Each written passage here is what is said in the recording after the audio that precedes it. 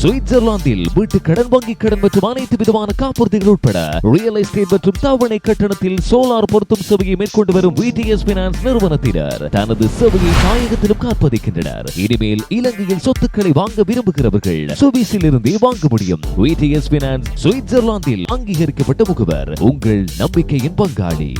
All ஏரியாவிலையும் ஐயா கில்லிடா. வணக்கம். நீங்கள் இணைந்திருப்பது சுவிஸ் தமிழ் டிவியின் இன்றைய இரவு நேர பிரதான செய்திகளோடு. செய்தி ஆசிரியர் தேவா மதன், வாசிப்பவர் AS பாரதி. விரிவான செய்திகளுக்கு முன் தலைப்புச் செய்திகள். முதியவர்களை மோசடி செய்ததாக ஆராவில் 38 வயது போலந்து நபர் மீது வழக்கு. சுவிட்சர்லாந்தின் எதிர்காலம் ட்ரம்பின் கைகளில், சுவிஸ் ஜனாதிபதி தெரிவிப்பு.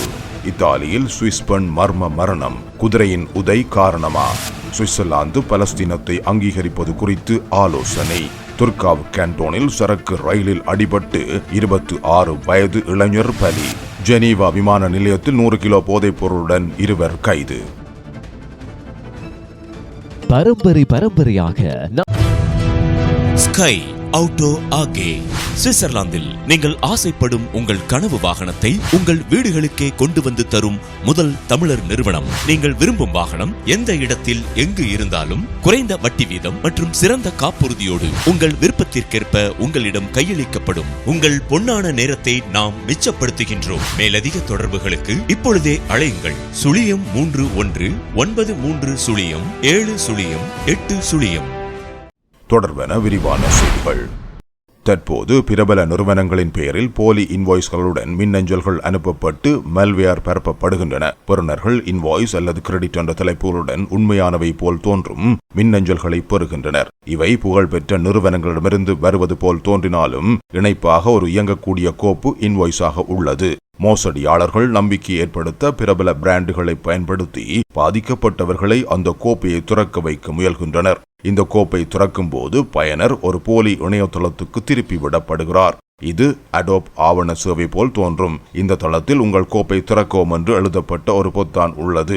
இதை கிளிக் செய்வதன் மூலம் தீங்கிழைக்கும் மென்பொருள் பதிவிறக்கம் செய்யப்படுகிறது. போலி மின்னஞ்சல் மோசடிகளை எதிர்கொள்ள என்ன செய்ய வேண்டும் என்று அறிவுறுத்தல்கள் விடுக்கப்பட்டுள்ளன. சந்தேகத்துக்குரிய மின்னஞ்சல்களை புகார் அளிக்கவும். அத்தகைய மின்னஞ்சல்களை உடனடியாக cybercrimepolice.ch அனுப்பவும். மின்னஞ்சலை புறக்கணிக்கவும். இவற்றை ஜங்க் அல்லது ஸ்பாம் கோப்புரைகளில் நகர்த்தவும் அல்லது முற்றிலும் நீக்கவும். இணைப்புகளை துறக்க வேண்டாம். தெரியாத அனுப்புநர்களிடமிருந்து வரும் மின்னஞ்சல்களின் இணைப்புகளை ஒருபோதும் திறக்காதீர்கள். இணைப்புகளை பின்பற்ற வேண்டாம். மின்னஞ்சல், SMS அல்லது பிற இணையதளங்களில் உள்ள இணைப்புகளை கிளிக் செய்ய வேண்டாம். ஏனெனில் அவை மாற்றப்பட்டிருக்கலாம். நம்பகத்தன்மையை உறுதி செய்யவும். சந்தேகம் இருந்தால் சம்பந்தப்பட்ட நிறுவனத்தை நேரடியாக தொடர்பு கொண்டு மின்னஞ்சலின் உண்மை தன்மையை சரிபார்க்கவும். பொத்தானை கிளிக் செய்து தரவை பதிவிறக்கம் செய்துவிட்டால் என்ன செய்ய வேண்டும்? நெட்வொர்க்கை துண்டிக்கவும். உங்கள் கணினியை உடனடியாக இணையத்திலிருந்து துண்டிக்கவும். வைரஸ் ஸ்கேன் செய்யவும். புதுப்பிக்கப்பட்ட வைரஸ் தடுப்பு மென்பொருளை பயன்படுத்தி உங்கள் கணினியை சோதிக்கவும். வல்லுநரை அணுகவும். தாக்குதல் அறிகுறிகள் அல்லது சந்தேகம் இருந்தால் தொழில்நுட்ப வல்லுநரின் உதவியை நாடவும். புகார் அளிக்கவும். உள்ளூர் கேண்டோன் காவல்துறையை முன்கூட்டிய தொலைபேசி அனுமதியுடன் தொடர்பு கொண்டு புகார் பதிவு செய்யவும் என்று கேட்டுக்கொள்ளப்பட்டுள்ளது.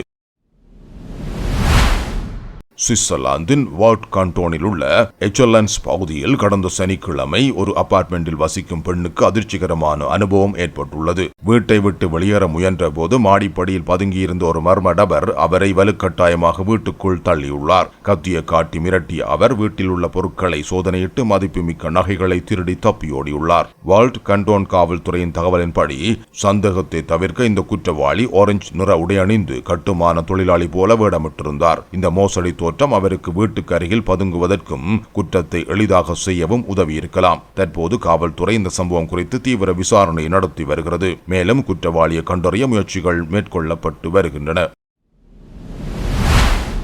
சுவிட்சர்லாந்தின் மிகப்பெரிய நகரமான சூரிச் நீண்ட காலமாக வீட்டு பற்றாக்குறை மற்றும் அதிக வாடகைகளால் பாதிக்கப்பட்டு வருகிறது.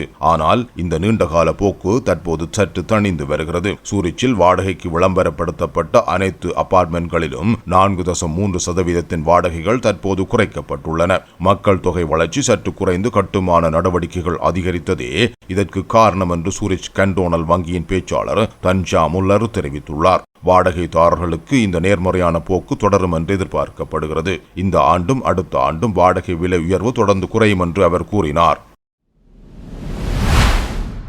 829 கிலோமீட்டர் நீளமுள்ள ஒரு மின்னல் இதுவரை பதிவு செய்யப்பட்ட மிக நீளமான மின்னலாக புதிய உலக சாதனை படைத்துள்ளது. இது 2020 ஏப்ரலில் பதிவான முந்தைய சாதனையை 61 கிலோமீட்டர்கள் முந்தியுள்ளது. இந்த சாதனையை ஜெனீவாவை தலைமையிடமாக கொண்ட உலக வானிலை அமைப்பு தனது இணையதளத்தில் உறுதிப்படுத்தியுள்ளது. உலக வானிலை அமைப்பின் மிக மோசமான வானிலை மற்றும் பருவநிலைகளை ஆராயும் குழு செயற்கைக்கோள் தரவுகளை பயன்படுத்தி இந்த சாதனையை உறுதி செய்துள்ளது. இந்த முடிவுகள் அமெரிக்க வானிலை ஆய்வு சங்கத்தின் இதழில் வெளியிடப்பட்டுள்ளன. இந்த மின்னல் 2017 அக்டோபரில் பதிவாகியுள்ளது. 8 கிலோமீட்டர் பிழை வரம்புடன் அளவிடப்பட்டது. ஆரம்பத்தில் 2017 புயல் பகுப்பாய்வில் இது அடையாளம் காணப்படவில்லை. ஆனால் பின்னர் இது ஒரு சாதனையாக இருப்பது தெரிய வந்துள்ளது. அமெரிக்காவின் கிழக்கு டெக்சாஸ் முதல் கன்சாஸ் நகரம் வரை பரவிய இந்த மின்னல் பாரிஸ் முதல் வெனிஸ் வரையிலான தூரத்துக்கு சமமான பயணத்தை மேற்கொண்டது. ஒரு கார் இந்த தூரத்தை பயணிக்க 8 முதல் 9 மணி நேரமும் ஒரு விமானம் குறைந்தபட்சம் 90 நிமிடங்களும் எடுக்கும் என குறித்த ஆய்வுக்குழு குறிப்பிடுகிறது. இந்த புதிய கண்டுபிடிப்புகள் மின்னல் நிறைந்த மேகங்கள் பொது பாதுகாப்புக்கு முக்கிய அச்சுறுத்தலாக உள்ளன. இவை மிக நீண்ட தூரம் பயணிக்கக்கூடிய மின்னல்களை உருவாக்கி விமானத்துறையை பாதிக்கவும் காட்டுத்தீயை தூண்டவும் வல்லவை என உலக வானிலை அமைப்பின் பொதுச் செயலாளர் செலட் சாவுசோ தெரிவித்துள்ளார். ஆர்காவ் கண்டோனில் 38 வயது போலந்து நபர் ஒருவர் திட்டமிட்டு முதியவர்களை மிரட்டி மோசடி செய்ததாக ஆராவில் நீதிமன்றத்தில் விசாரணைக்கு உள்ளாகியுள்ளார். இவர் மீதான மோசடி குற்றச்சாட்டின் மொத்த தொகை 10.2 மில்லியன் பிராங்குகளாகும். ஜெர்மனியில் சிறை தண்டனை முடித்த பின்னர் இந்த நபர் சுவிட்சர்லாந்துக்கு ஒப்படைக்கப்பட்டார். ஆர்காவ் மாநில வழக்கறிஞர் அலுவலகத்தின் வியாழக்கிழமை அறிக்கையின்படி இந்த நபர் பல ஆண்டுகளாக முதியவர்களை குறிவைத்து மோசடி செய்யும் சர்வதேச கும்பலில் உறுப்பினராக இருந்தார். மார்ச் 2012 முதல் ஜூலை 2016 வரை சுவிட்சர்லாந்தில் 32 சம்பவங்களில் இவர் ஈடுபட்டதாக குற்றச்சாட்டுள்ளது. போலந்திலிருந்து திட்டமிடப்பட்டு நிர்வகிக்கப்பட்ட இந்த மோசடிகளில் 11 சம்பவங்களில் பணம், தங்க கட்டிகள், கைக்கடிகாரங்கள் போன்றவை சுவிட்சர்லாந்துக்குள் வெற்றிகரமாக கொண்டுவரப்பட்டுள்ளன. மொத்த நஷ்டம் 10.2 மில்லியன் பிராங்குகளாகும். மேலும் 21 சம்பவங்களில் மோசடி முயற்சி தோல்வியடைந்துள்ளது. இந்த குற்றவாளிக்கு 3 ஆண்டுகள் 6 மாதங்கள் சிறை தண்டனை விதிக்கப்பட வேண்டும் என ஆர்காவ் மாவட்ட நீதிமன்றத்தில் வழக்கு நிலுவையில் உள்ளது. வழக்கறிஞர் அலுவலகம் ஒரு சுருக்கமான விசாரணை முறையை கோரியுள்ளது. ஆர்காவ் மாநில வழக்கறிஞர் அலுவலகத்தின்படி இந்த கும்பல் ஒரே மாதிரியான முறையை பயன்படுத்தியுள்ளது. தொலைபேசி உரையாடல்களில் குற்றவாளிகள் தங்களை நெருங்கிய உறவினர்கள் அல்லது அறிமுகமானவர்கள் போல் நடித்து முதியவர்களை மன உளைச்சல் மூலம் பணம் அல்லது மதிப்புமிக்க பொருட்களை ஒப்படைக்க வற்புறுத்தியுள்ளனர். பாதிக்கப்பட்டவர்கள் தங்கள் குடும்ப உறுப்பினர் ஒருவர் அவசர நிலையில் இருப்பதாக நம்பி பணம் கொடுத்துள்ளனர். முதியவர்களை குறிவைக்க தொலைபேசி புத்தகத்தில் வயதானவர்களின் பெயர்களை தேடி திட்டமிட்டு இந்த மோசடி நடத்தப்பட்டதாக வழக்கறிஞர் அலுவலகம் தெரிவித்துள்ளது. ஒரு சிறிய விளம்பர இடைவெளியின் பின்னர் செய்திகள் தொடரும். சுவிட்சர்லாந்தில் தடைகளை தாண்டி மீண்டும் மக்களோடு மக்களுக்காக எமது சேவை. ஈஃப்ளை நிறுவனத்தின் மற்றும் ஒரு புதிய பரிணாமம். இலங்கை உட்பட அனைத்து நாடுகளுக்குமான பணப்பரிமாற்று சேவை ஈஃப்ளை மணி எக்ஸ்சேஞ்ச். நியாயமான விலை, விரைவான சேவை, நம்பிக்கையான முகவர். ஈஃப்ளை மணி எக்ஸ்சேஞ்ச். தொடர்புகளுக்கு அழையுங்கள் 079 106 06 06 அல்லது 044 666 0707. நகை தொழிலில் அனுபவம் பெற்றவர்களால் நடத்தப்படும் சூரிச் நகரின் தங்கச் சுரங்கம் ஸ்ரீ ஜுவல்லரி. பழைய நகைகளை கொடுத்து புத்தம் புதிய டிசைன்களில் புதிய நகைகளை பெற்றிடவும், நகை திருத்த வேலைகளை உடனுக்குடன் செய்து முடிக்கவும், தாலிக்கொடி முதல் ஜொலிக்கும் தங்க நகைகள் வரை உங்கள் அழகிற்கு மேலும் அழகு சேர்க்க ஸ்ரீ ஜுவல்லரியை நாடுங்கள். தொடர்புகளுக்கு 033668009. பொது ஒலிபரப்பு நிறுவனமான RTSக்கு ஜூலை 30 புதன்கிழமை அளித்த பேட்டியில் சுவிஸ் ஜனாதிபதி கரின் கெல்லர் சுட்டர் நாட்டின் பொருளாதார எதிர்காலம், குறிப்பாக ஏற்றுமதி துறை, அமெரிக்க ஜனாதிபதி டொனால்ட் ட்ரம்ப் சுவிஸ் இறக்குமதிகளுக்கு விதிக்கும் வரிகள் குறித்த முடிவை பொறுத்து அமையும் என்று தெரிவித்தார். இந்த முடிவு சுவிட்சர்லாந்தின் தேசிய நாளான ஆகஸ்ட் 1 எதிர்பார்க்கப்பட்டது.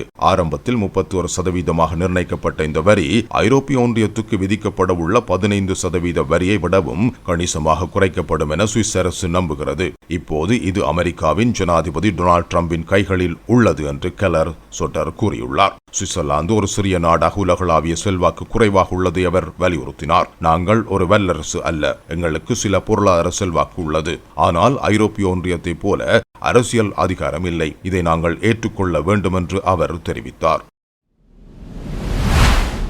இத்தாலியின் ரெஜியோ அப்பெனினோ பகுதியில் உள்ள காசினோவின் பன்சாலா என்ற கிராமத்தில் 54 வயது சுவிஸ் பெண் ஒருவர் புதன்கிழமை மாலை தனது வீட்டு தோட்டத்தில் மர்மமான முறையில் இறந்து கிடந்தார். அவர் பராமரித்து வந்த குதிரைகளில் ஒன்றின் உதை காரணமாக இருக்கலாம் என்பது முதன்மையான கருதுகோளாக உள்ளது. அவரது உடலை அண்டை வீட்டுக்காரர் ஒருவர் கண்டு காவல்துறையை மீட்பு குழுவையும் உடனடியாக அறிவித்துள்ளார். பெண்ணின் முகத்தில் கடுமையான காயம் இருந்துள்ளது தெரிய வந்தது. முதலில் அவரது கணவர் காணவில்லை என தோன்றியது. ஆனால் பின்னர் அவர் நண்பருடன் மீன்பிடிக்க சென்றிருந்தது உறுதி செய்யப்பட்டது. மேலும் அவரை அழைத்து வருவதற்காக அந்த பெண் அன்று மாலை அவரிடம் செல்ல திட்டமிட்டிருந்தார். ஆனால் அவர் வராததால் செல்போன் இல்லாத அந்த கணவர் வெளியில் தங்கிவிட்டு வியாழக்கிழமை காலை காசினோவில் உள்ள காவல் நிலையத்துக்கு சென்று தனது மனைவி காணாமல் போனதாக புகார் அளிக்க சென்றார். வீட்டை விட காவல் நிலையம் அருகில் இருந்ததால் அவர் அங்கு சென்றுள்ளார். அங்கு சென்றபோது தனது மனைவி எலிசபெத்தின் மரணம் குறித்து அவர் அறிந்ததாக தெரிவிக்கப்படுகிறது.